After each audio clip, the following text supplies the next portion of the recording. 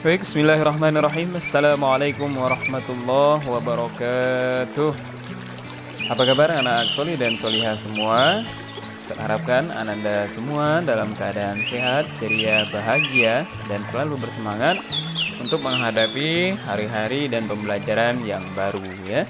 Baiklah Ananda soli dan solihah semua, berjumpa lagi bersama Ustaz Damuri dalam pembelajaran tematik ya. Ananda soli dan solihah semua, sebelum melaksanakan pembelajaran kita hari ini, seperti biasa, marilah kita berdoa kepada Allah Subhanahu wa Ta'ala agar dimudahkan dalam setiap pembelajaran yang kita laksanakan ya. Baik, berdoa mulai. A'udzu billahi minasy syaithanir rajim. Bismillahirrahmanirrahim. Rabbi shrah li sadri wa yassir li amri wahlul 'uqdatam min lisani yafqahu qawli. Rabbi zidni ilma warzuqni fahma. Amin. Baiklah, Ananda solih dan solihah semua, dengan doa tadi semoga ya apa yang kita pelajari hari ini mendapat kemudahan dan kelancaran dari Allah Subhanahu wa Ta'ala ya. Amin ya rabbal alamin ya. Baiklah, selanjutnya ya, sebelum memasuki materi pembelajaran yang akan kita laksanakan hari ini, saya jelaskan dulu tujuan pembelajaran kita hari ini. Iya, dari tujuan pembelajaran yang muncul ya, dapat kita ketahui bahwa hari ini kita akan belajar mengenai bahasa Indonesia, IPA, dan IPS ya, yang masing-masingnya nanti bahasa Indonesia akan mempelajari tentang gagasan pokok dan gagasan pendukung. Ilmu pengetahuan sosial atau IPS kita akan mempelajari tentang kerjasama ya. Nah, ini nanti hubungannya dengan bagaimana kita menghargai budaya dari daerah lain. Kemudian untuk ilmu pengetahuan alam nanti kita akan mempelajari tentang sifat, bunyi, memantul, dan menyerap ya. Baiklah, Ananda soli dan solihah semua, kita masuk pada materi pembelajaran kita yang pertama, yaitu bahasa Indonesia ya, tentang gagasan pokok dan gagasan pendukung. Nah, hari ini Ananda semua ya akan menemukan gagasan pokok dan gagasan pendukung dari teks tulis Dodol Betawi Mak Salmah ya. Nah, itu ceritanya muncul pada layar Ananda semua ya. Saya bacakan ceritanya ya. Dodol Betawi Mak Salmah. Sebentar lagi kota Jakarta akan berulang tahun. Seperti tahun-tahun sebelumnya, Mak Salmah menerima banyak pesanan. Mak Salmah adalah pembuat dodol tradisional Betawi di kampungnya. Biasanya, ketika menyambut ulang tahun kota Jakarta, banyak pertokoan yang mengadakan festival Betawi. Makanan Betawi menjadi jajanan di festival. Kerak telur, bir pletok, dan dodol Betawi menjadi primadona makanan dalam menyambut Dirgahayu Jakarta. Sudah sejak seminggu yang lalu, Mak Salmah bekerja keras. Ia dan beberapa ibu-ibu tetangganya membuat adonan dodol. Ketan, gula merah, gula pasir, dan santan dicampur menjadi satu. Membuat dodol Betawi membutuhkan kerjasama. Tidak hanya perempuan, laki-laki pun terlibat dalam pembuatannya. Biasanya, Mak Salmah dan ibu-ibu menyiapkan bahan, memarut kelapa, dan menumbuk beras ketan. Adonan dituang kawa, lalu diaduk hingga kental. Proses mengaduk ini dilakukan terus-menerus selama 8 sampai 12 jam. Pembuatannya memang berat dan lama. Oleh karena itu, pembuatan dodol Betawi membutuhkan kerja sama. Untuk memenuhi pesanannya, Mak Salmah selalu melibatkan tetangga-tetangganya. Mak Salma ingin rezeki yang diperolehnya dari dodol Betawi tidak dirasakannya sendiri. Mak Salma juga ingin dodol Betawi selalu dikenal. Ia ingin warga di sekitarnya juga ikut melestarikan makanan tradisional milik kampung sendiri. Dodol Betawi Mak Salma ikut melestarikan budaya, memupuk kerjasama, serta menjalin keakraban antar warga. Ya, itulah cerita mengenai dodol Betawi Mak Salma ya. Nah, di sana ceritanya Mak Salma itu menerima banyak pesanan ya untuk dodol Betawinya. Nah, di sana pembuatan dodol itu lama bener ya. 8 sampai 12 jam. Ya, karena pembuatannya lama, maka pembuatan dodol ini tidak bisa dilakukan oleh seorang diri. Ya, karena dari 8 sampai 12 jam itu harus diaduk terus. Kalau seandainya dikerjakan seorang diri itu akan menjadi berat. Tetapi ya, Ananda semua ibu-ibu di daerah tempat tinggal Ibu Salma itu ikut membantu, begitu juga dengan laki-lakinya. Mereka bekerja sama membuat dodol untuk menyambut hari jadi hari ulang tahun Kota Jakarta ya.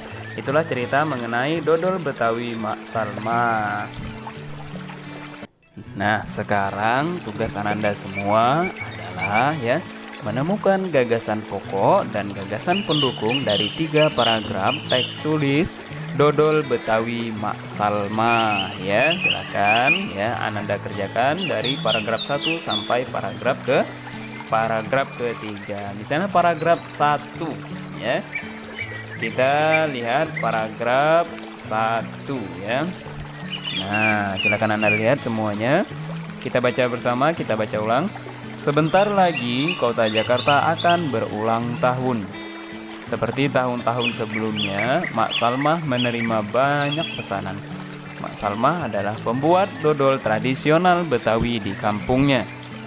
Biasanya, ketika menyambut ulang tahun Kota Jakarta, banyak pertokoan yang mengadakan festival Betawi. Makanan Betawi menjadi jajanan di festival.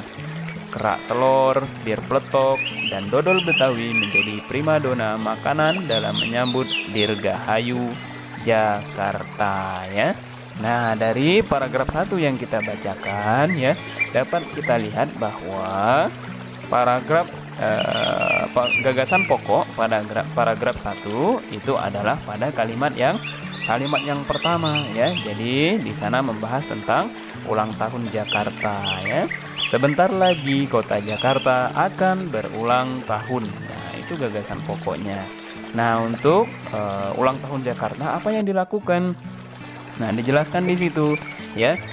Mak Salma menerima banyak pesanan dodol, kemudian Mak Salma itu adalah pembuat dodol tradisional Betawi.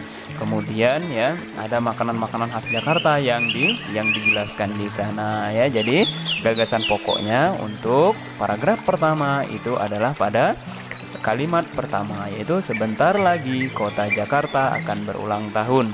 Nah, selain itu dari kalimat selanjutnya sampai kalimat bawahnya itu adalah kalimat gagasan penjelasnya ya. Itulah untuk paragraf 1. Selanjutnya silakan Ananda semua kerjakan dari paragraf 2 sampai paragraf ketiga ya. Itulah untuk pembelajaran bahasa Indonesia kita ya. Selanjutnya pembelajaran ilmu pengetahuan sosial. Di awal tadi Ustaz jelaskan bahwa ilmu pengetahuan sosial kita akan membahas tentang kerjasama ya. Nah, kerjasama tadi sudah kita dengarkan ceritanya dalam cerita dodol Betawi Mak Salma ya. Bagaimana Mak Salma dan ibu-ibu di kampungnya beserta laki-laki juga bapak-bapaknya itu bekerja sama membuat dodol untuk menyambut hari jadi Jakarta atau menyambut hari ulang tahun Kota Jakarta. Ya, di sana dijelaskan bagaimana Mak Salma dan warga sekitar itu bekerja sama membuat pesanan dodol untuk festival festival Betawi yang akan diadakan untuk menyambut hari ulang tahun Jakarta ya. Nah, itu ya untuk pembelajaran ilmu pengetahuan sosial dalam pembelajaran satu hari ini ya. Selanjutnya ya, kita akan memasuki materi ilmu pengetahuan alam ya, tentang suara atau bunyi yang memantul dan menyerap ya. Nah, ini akan kita jelaskan pada materi kita yang di pembelajaran 1 subtema 3 hari ini ya. Nah, Ananda Solih dan Soliha, sebelumnya pada materi sebelumnya kita sudah mempelajari materi-materi sebelumnya itu tentang bunyi ya. Nah, jadi bunyi itu adalah ya suatu benda bunyi itu dihasilkan karena suatu benda yang bergetar kemudian membuat udara di sekitar benda bergetar sehingga menghasilkan bunyi ya. Itu bunyi, bagaimana bunyi dapat dihasilkan. Ananda Solih dan Soliha semua yang selalu saya cintai dan Ustadz banggakan ya. Nah, sifat bunyi yang kita pelajari pada pengenalan tentang bunyi itu ada sudah satu yang kita pelajari, yaitu bunyi merambat ya. Bunyi merambat itu membutuhkan medium ya, butuh medium penghantarnya, di mana di materi pertemuan sebelumnya itu sudah kita pelajari bahwa medium penghantar bunyi itu ada 3 ya, yaitu ada zat cair, zat padat, kemudian udara ya. Itu adalah 3 medium penghantar bunyi ya. Agar bunyi dapat merambat, dia bisa melalui 3 medium ini ya. Dia tidak bisa merambat tanpa medium, itu adalah bunyi. Kemudian dari bunyi itu masih ada sifat-sifatnya yang lain, yaitu selain merambat, bunyi itu memantul dan juga menyerap ya. Nah, bagaimana bunyi itu dapat memantul, bagaimana bunyi itu dapat menyerap, itu tergantung dari benda yang ada di sekitar sumber bunyi ya. Untuk bunyi yang memantul sendiri itu ada 2 macam ya. Nah, ada dua macam untuk bunyi yang dipantulkan ya. Nah, itu yang pertama namanya adalah gema. Nah, yang pertama adalah gema. Kemudian yang kedua adalah gaung. Nah, apa bedanya gema sama gaung? Nah, akan kita bahas sebentar ya. Jadi gema itu adalah ketika Ananda semua berada dalam sebuah ruangan, kemudian Ananda semua berteriak ya. Ananda semua berteriak, oh gitu, oh. Nah, ketika Ananda semua berteriak, itu suara yang Ananda keluar itu akan memantul ya, akan memantul kembali ke Ananda semua ya. Nah, jadi ketika Ananda bersuara itu suaranya akan bergema di dalam ruangan tersebut ya. Karena apa? Karena suara yang Ananda keluarkan itu memantul dari dinding-dinding ya yang ada di sekitar Ananda semua kembali ke sumber bunyi, yaitu Ananda sendiri. Itu untuk gema. Jadi gema itu sumber bunyi dengan tempat pantulannya itu dekat ya, kurang dari 10 sampai 20 meter. Jadi dia dekat ya, tempat pantulannya dekat. Sedangkan untuk gaung ya, gaung itu adalah ya suara yang dipantulkan tetapi areanya lebih luas, tempatnya lebih luas, seperti di lembah misalnya ya, kemudian di gua. Nah, itu gaung. Jadi ketika Ananda semua bersuara misalnya oh ya, jadi ketika Ananda selesai menyuarakan, selesai bersuara ya, nah bunyinya yang dari ujung baru kembali ke Ananda semua. Setelah berhenti baru muncul dari ujungnya ya. Nah, jadi suara yang Ananda keluarkan itu menuju ke tempat pantulan. Setelah sampai dia memantul, kemudian baru kembali ke Ananda semua ya. Jadi gaung itu tempat pantulannya lebih jauh dari gema, yaitu lebih dari 10 sampai 20 meter. Untuk mengetahui bagaimana sebuah bunyi dipantulkan atau bagaimana sebuah bunyi diserap ya, kita akan langsung melakukan sebuah praktek ya. Nah, kita akan mengetahui benda yang seperti apa yang dapat memantulkan bunyi, kemudian benda seperti apa yang dapat menyerap bunyi. Nah, untuk lebih jelasnya bagaimana tentang suara yang dipantulkan dan bunyi yang dipantulkan dan bunyi yang diserap, Ananda semua akan melakukan sebuah praktek ya. Kalau di buku Ananda itu ada di halaman 135 ya, percobaannya tentang percobaan pemantulan dan penyerapan bunyi. Nah, di sana ada tujuan, alat dan bahan serta langkah kerja melakukannya. Nah, bagaimana cara melakukan praktek tersebut? Silahkan Ananda semua perhatikan dan tonton video berikut ini.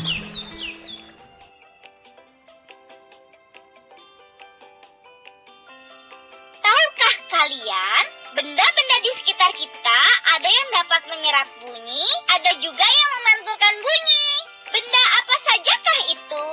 Ayo kita coba satu persatu ya.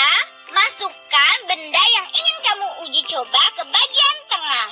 Setelah itu, tekan tombol keluarkan suara di bagian bawah untuk mengetahui hasil percobaan.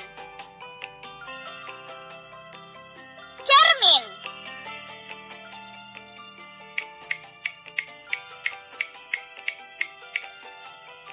Cermin termasuk benda yang memantulkan bunyi.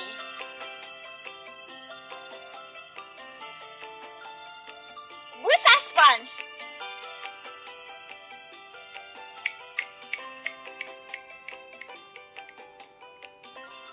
Busa spons termasuk benda yang menyerap bunyi.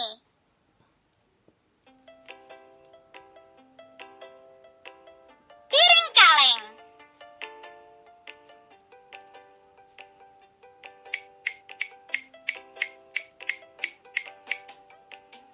Piring kaleng termasuk benda yang memantulkan bunyi.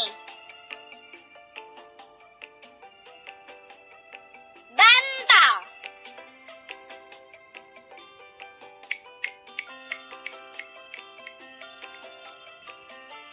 Bantal termasuk benda yang menyerap bunyi. Kaleng biskuit.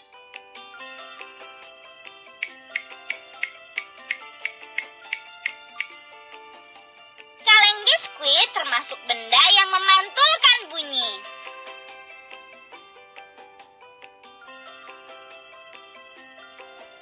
Keset dari serabut kelapa.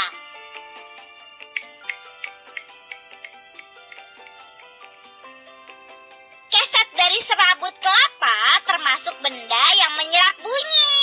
Sekarang kita tahu benda yang dapat menyerap bunyi adalah benda yang permukaannya lunak atau lembut, berpori, dan memiliki tingkat kepadatan yang rendah. Sedangkan benda yang dapat memantulkan bunyi adalah benda yang permukaannya keras, rata, memiliki tingkat kepadatan yang tinggi dan tidak berongga.